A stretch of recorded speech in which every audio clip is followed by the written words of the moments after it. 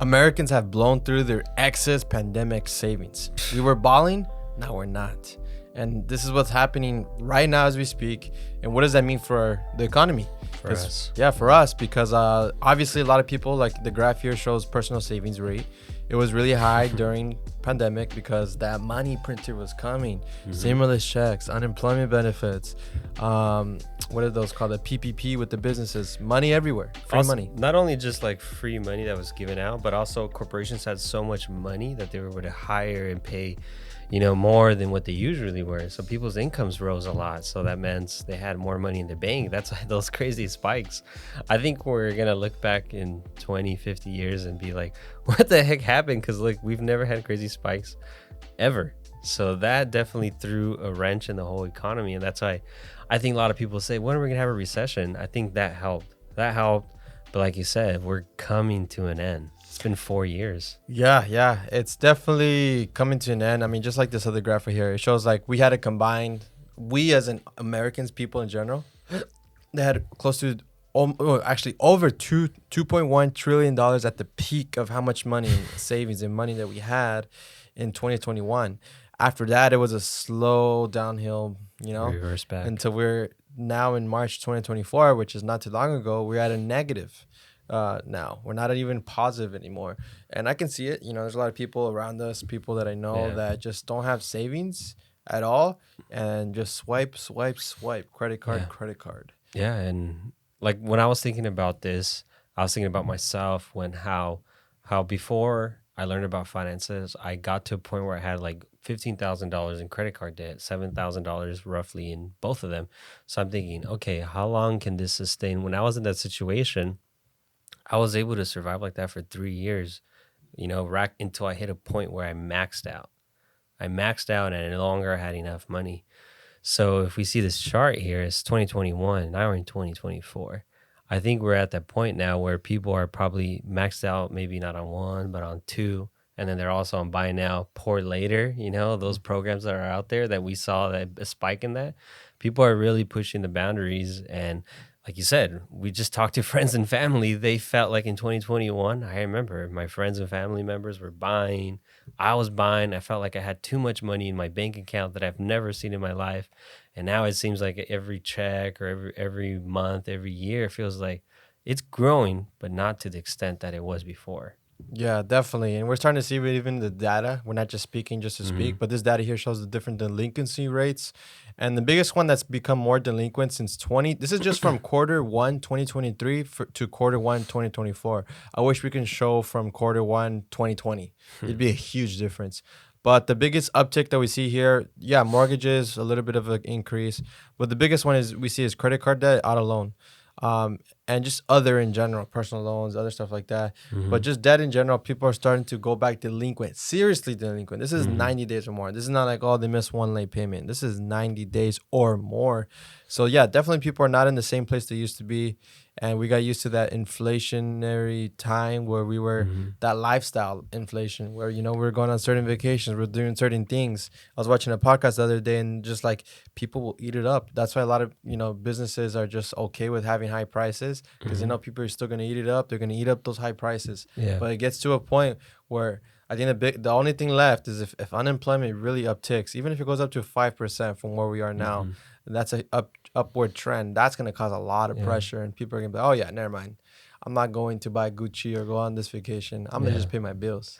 Well, one thing that's really interesting, because I work in beauty, doing commercials. In 2008, beauty actually didn't, they did have a reverse, but not as much because people still want to put like a face or a persona out there in the public eye that they're doing good. So they're going to literally go to the last minute till they can't anymore. And I don't know, I still think we probably have a little bit more, just because I think about myself. It took 3 years till I finally broke.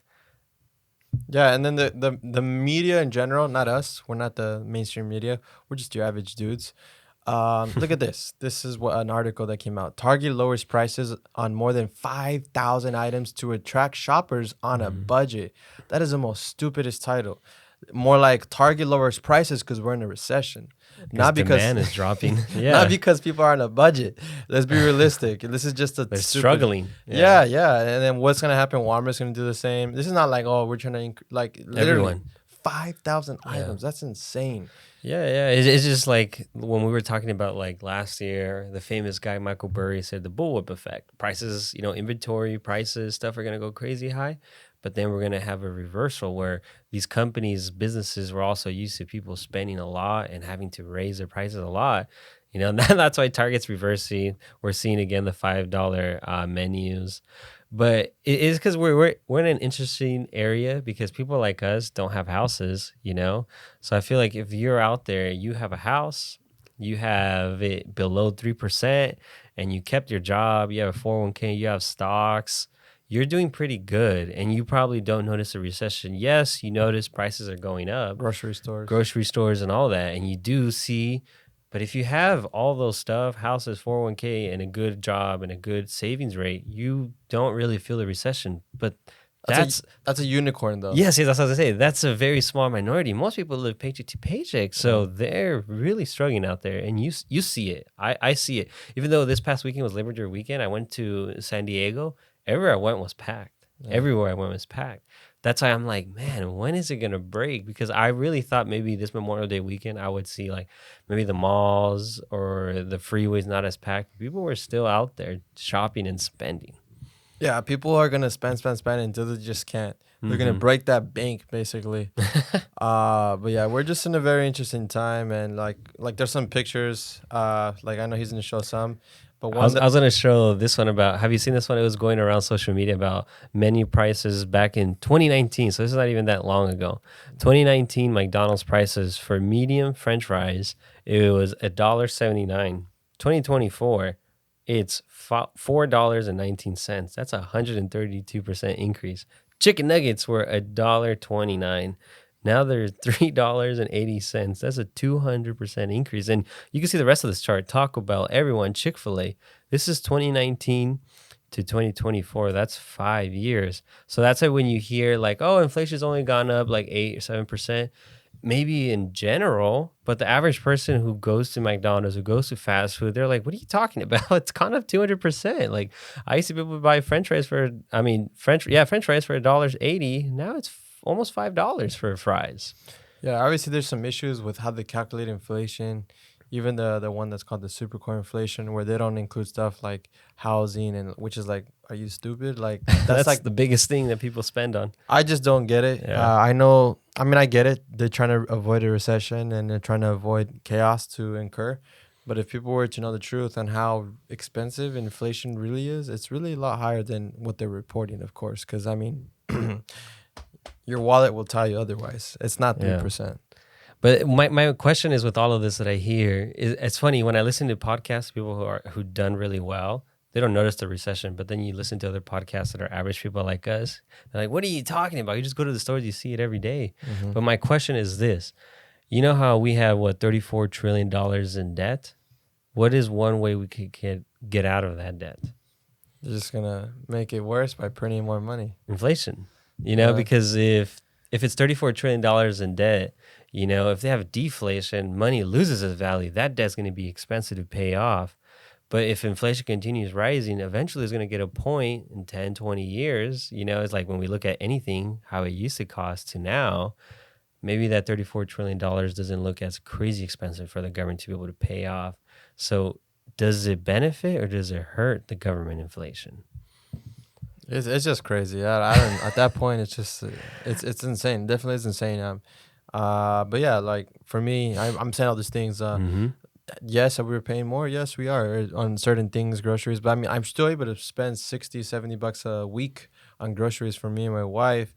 So even though that's pretty good. Yeah, we it's because we have a plan. We know what we're gonna go in there. We're gonna get. So even in the midst of all this, I don't want to be just negative, but you can find ways to save money, be smart, and still invest, still do good for yourself.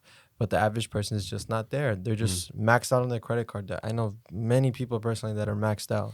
Yeah. Well, it just comes like what you said. If you learn to budget in finances, it's like a diet. Like we keep saying this over and over again. If you know what you're supposed to not eat, yeah, you can eat a chicken nugget or a cookie every once in a while. But if you don't understand how much you're spending, that money's going to go just as fast. Yeah, yeah, it's definitely not a good time we're in, but it's even if there is a recession, you can still do good within a recession. Mm-hmm. Without doesn't really matter because people are going to be good. But when it comes to recession and the economy, I know you have details on jobs and all that. Yeah. It's like just in the comments down below, how do you see the economy? Do you see it well? Are you doing good? Because there's a chart here how the government or the news is saying we're doing pretty good. We're in a soft landing. We're not going to hit a recession. But this chart here, or this tweet by this guy says how many layoffs were this past year. UPS had 12,000. Meta had 11,000. FedEx had 12,000. Google had 12,000. Amazon had 27,000. Walmart had 12,000. Citigroup had 20. Microsoft had 10,000. And then Tesla recently fired a lot of people and then took off all their job listings. These are just some, but it's just like there's a lot. Yeah, it's a huge. And then there's another chart is like all those people that got laid off. A lot of people to be able to finance their lifestyle, their credit card bills, their mortgage, their rent, whatever. They're having two jobs. And this chart here, how many people are holding a multiple jobs? We haven't seen this high number of people holding multiple jobs in a really long time. It's higher than the 2000 era and the 2008. So when will we crack? I don't know. And that's why like people will eat up the cost because they're instead of like boycotting or just simply not buying certain things or changing their lifestyle, they'll just get a second job. Yeah. They'll get a third job. They'll get a side hustle. And it's really easy nowadays. You could do Uber Eats or just drive Uber and Lyft. There's a lot of ways, or like us, social media, start your own YouTube, start your own podcast. There's a lot of ways that you're able to do 2 or 3 jobs. Yeah. It's not impossible. It's a lot more accessible. Or like those videos of those people that have like remote jobs, but they have two. $100,000 each. Yeah, that's the ultimate hack right there. But it's an interesting time we're living in. Or I don't know, something always has to give, but will it give? We've never been in this position because, history repeats itself, but we've never been in this specific situation where we've printed that much money. I don't know if you guys want to talk about housing, but just to have a better idea of how much it's affecting your purchasing power to buy a home with these high interest rates. Right now, we're close to 8. This chart here just shows you a while back, maybe 4 or 5 years ago, you could find interest rates around 2.5. And look how much more your money was able to get you with a 2.5 interest rate. So back then, a $700,000 job, a $700,000 home used to be roughly $2,700 your mortgage.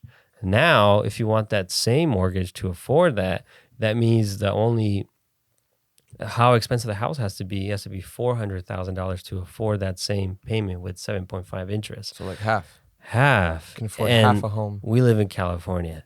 It's like right now a $700,000 house, which is pretty much normal everywhere here in California, especially close to LA, Orange County area. You're talking about $5,000 a month to be able to afford that $700,000 home. That's why it's something that our generation that are just starting out in our early 20s, mid 20s to 30s don't know if they're ever going to be able to afford a house because of this. $5,000 of your money is just going to go to be able to pay for your house. And this doesn't include taxes and insurance. This is just principal and interest. Maintenance, all that stuff. So taxes, insurance, PMI, that's an additional part, like almost $2,000. So 7 or 8? Yeah. That's what it is. Just right to now. afford a $700,000 a basic house. And in some states, thankfully not in California, well, actually all across the board, insurance went up a lot. And I talked to an insurance person about this, is because for the last couple of years, the insurance was basically put in a pause because of the pandemic. You couldn't increase the rates and premiums, but because of inflation, the average car, used car, new car is a lot higher now. The insurance rates have to increase it a lot higher to protect themselves. That's why there was companies like I think Allstate where the California basically paused them. You can't do no more like raising.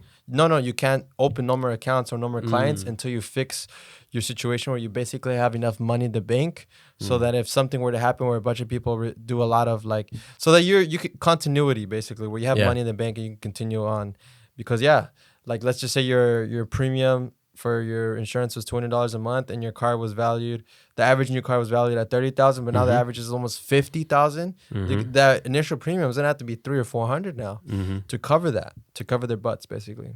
Yeah. And I remember in high school, even in college, when I was thinking about what am I going to do in career and how much money I wanted to make, I was like, man, if I at least, back then I used to say, if I at least made 6 figures, 100,000, maybe I'll be able to afford a house. Because I think about my parents. My parents were immigrants. They didn't, have like a crazy high salary. And back then they were able to afford a house.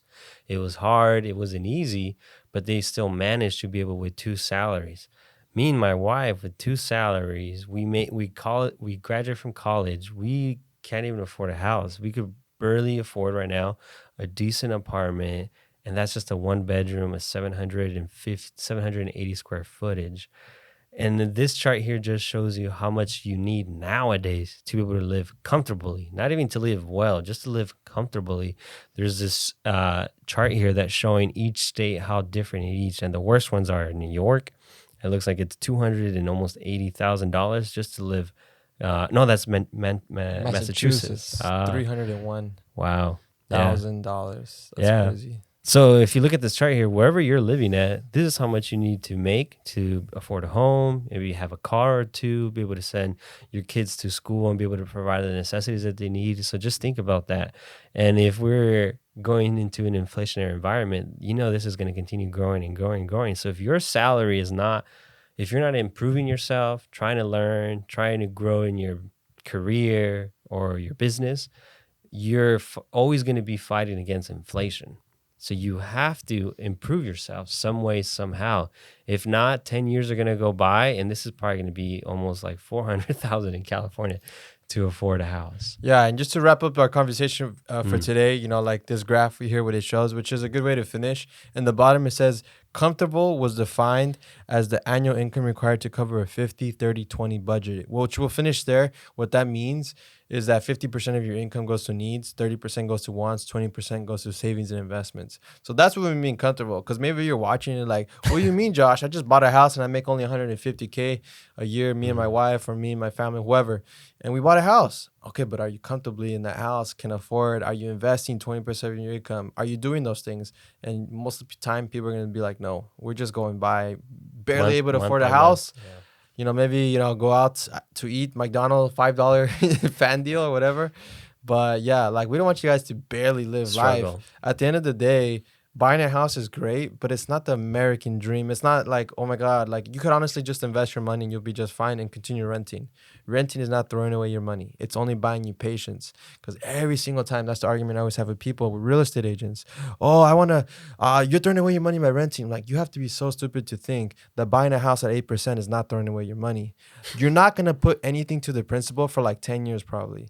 All of it is going to the bank. So, but when someone tells you date the rate, marry the house, or whatever it is, no. You're throwing your money away with those really high interests. And if you're comfortable and you're saving up for a house and you're good where you're at, stay there. It's different. Don't let them pressure you into buying something just because. Because at the end of the day, commission is what's driving them. Not, I'm not saying all of them, but a lot of them, are driven by that, of course. So remember, you got to educate yourself and make sure you can afford it. Don't do it only because the bank approved you. Boom, you can afford $1 million house. But can you really? So really, really important. Do that 50-30-20 budget, and then you'll see what you can truly afford. So that's it for today. And that's on talking about savings. Our savings are going down to zero. Inflation is still hopefully yours going is up. not, though. If you're watching this, hopefully you're someone that's taking these tips and tricks, either paid off debt, paid off your credit card. If you haven't, opened up that credit card app, your bank, or whatever, pay that off today. Yes, please do all those things. The biggest thing that we always say is, save that money. Because if a recession were to happen, it's for those that have money, that have cash, maybe that's your opportunity to buy that house that you've always wanted, or whatever it is that you want to do. Take a vacation, because not many people are going, and you find them deals. Whatever it is, recession is not always bad. It's bad for those that are not prepared. If you're prepared, you'll be just fine. So we'll see you guys in the next episode.